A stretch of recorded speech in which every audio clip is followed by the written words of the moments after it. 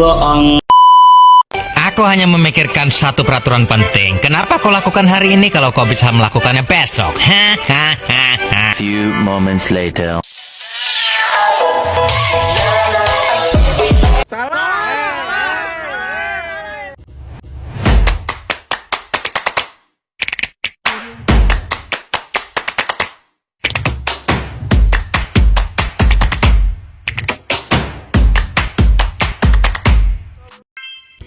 Assalamualaikum warahmatullahi wabarakatuh.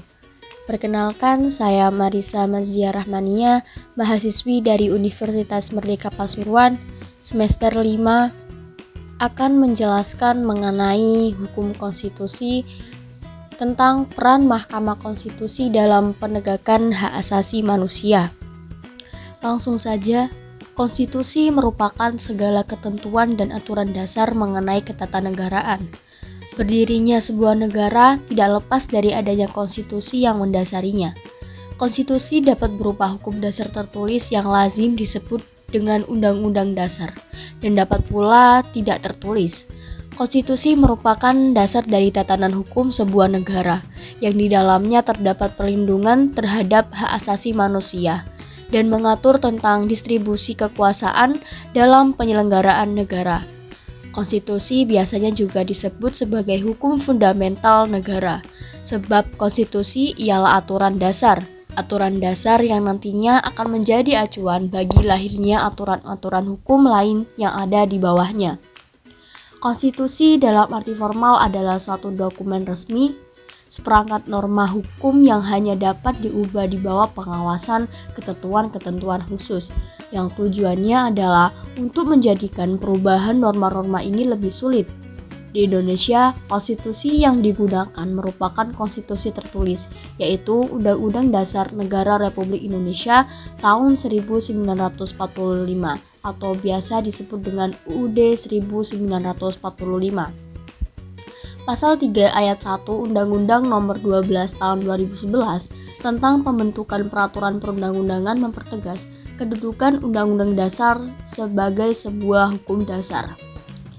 Namun, dalam perjalanan proses penyelenggaraan negara, Undang-Undang Dasar Negara Republik Indonesia tahun 1945 telah mengalami 4 perubahan. Pertama yaitu perubahan pada tahun 1999 dan perubahan kedua pada tahun 2000. Lalu perubahan ketiga terjadi pada tahun 2001 dan perubahan keempat pada tahun 2002. Perubahan yang terjadi merupakan hasil dari pergolakan politik pada masanya. Perubahan konstitusi tidak hanya bergantung pada norma perubahan, tetapi lebih ditentukan oleh kelompok elit politik yang memegang suara mayoritas di lembaga yang mempunyai kewenangan melakukan perubahan konstitusi. Selanjutnya mengenai fungsi hukum konstitusi sebagai landasan hukum dalam melindungi hak asasi manusia.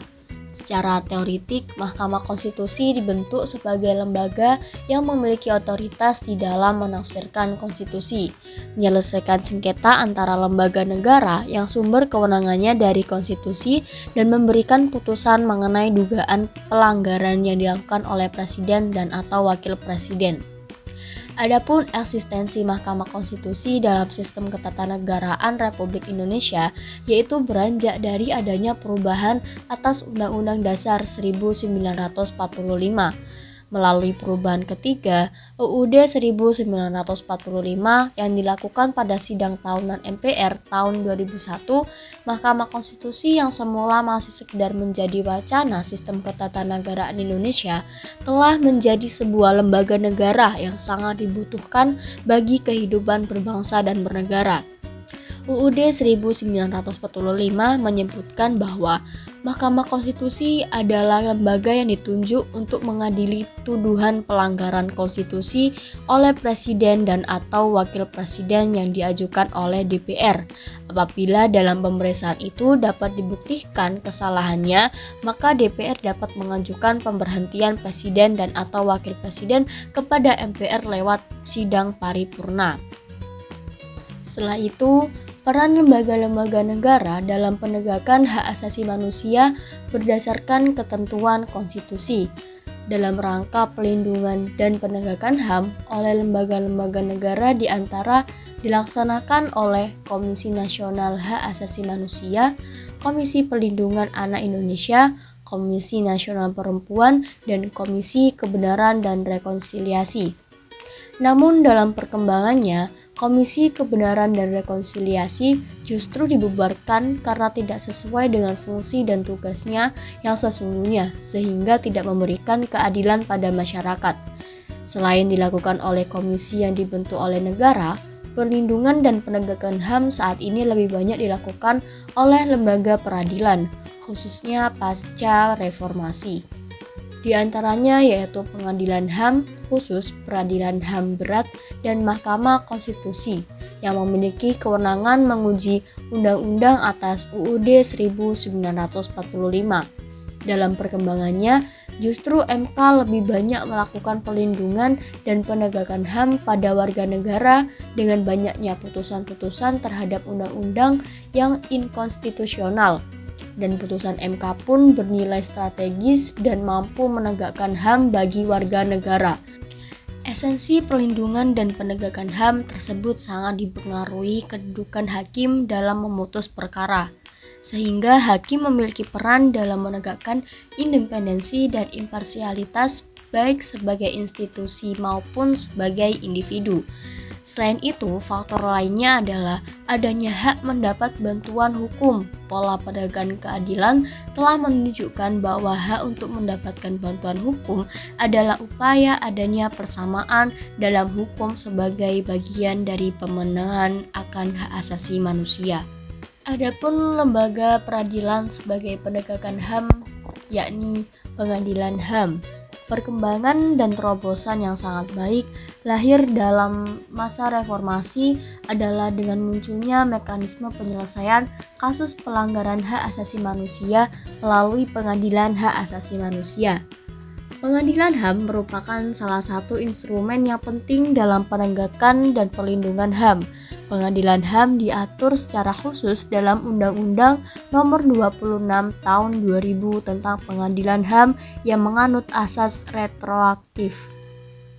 Dengan ketentuan asas retroaktif, demikian dapat mengadili pelanggaran HAM yang terjadi sebelum undang-undang ini diberlakukan melalui Pengadilan HAM. Dengan ketentuan asas tersebut sesungguhnya bertentangan dengan asas legalitas yang dianut oleh negara Indonesia, namun dengan baik ditinjau dari kepentingan nasional maupun dari kepentingan internasional. Maka untuk menyelesaikan masalah pelanggaran HAM berat dan mengembalikan keamanan dan perdamaian di Indonesia serta pelindungan hak atas keadilan diperlukan pembentukan Pengadilan HAM yang merupakan pengadilan khusus bagi pelanggaran hak asasi manusia yang berat. Selanjutnya mengenai Mahkamah Konstitusi. Secara teoritis, keberadaan Mahkamah Konstitusi diperkenalkan oleh Hans Kelsen yang menyatakan bahwa pelaksanaan aturan konstitusional tentang legislasi dapat secara efektif dijamin hanya jika suatu organ selain badan legislatif diberikan tugas untuk menguji apakah suatu produk hukum itu konstitusional atau tidak, dan tidak memberlakukannya jika menurut organ ini produk hukum tersebut tidak konstitusional. Namun selain menguji suatu produk hukum, Mahkamah Konstitusi juga sebagai penjaga konstitusi yang muatannya mengenai hak asasi warga negara. Ide pembentukan Mahkamah Konstitusi bukanlah hal baru. Hal ini dapat dilihat dalam perdebatan Mr. Swepomo dan Muhammad Yamin dalam sidang-sidang BPUPKI. Muhammad Yamin adalah yang pertama kali mengusulkan agar kepada Mahkamah Agung yang awalnya disebut Balai Agung diberi kewenangan untuk membanding undang-undang. Demikian istilah yang dipakai olehnya ketika itu. Kegiatan membanding undang-undang itu menurut Yamin dapat dilakukan dengan cara membandingkan setiap produk undang-undang dengan 3 sistem norma, yaitu Undang-Undang Dasar, Hukum Syariat Islam, Hukum Adat. Sampai pada saat sebelum terjadinya amandemen UUD 1945, fungsi pengujian diberikan kewenangannya pada Mahkamah Agung. pada saat pembahasan perubahan UUD 1945 dalam era reformasi yang menghendaki hilangnya supremasi pada satu lembaga. Akhirnya menyebabkan MPR tidak lagi berkedudukan sebagai lembaga tertinggi negara dan supremasi telah beralih dari supremasi MPR kepada supremasi konstitusi. Baik, itu saja yang bisa saya sampaikan mengenai peran Mahkamah Konstitusi dalam penegakan hak asasi manusia. Sekian dari saya, wallahul muwaffiq ila aqwamit thoriq. Wassalamualaikum warahmatullahi wabarakatuh.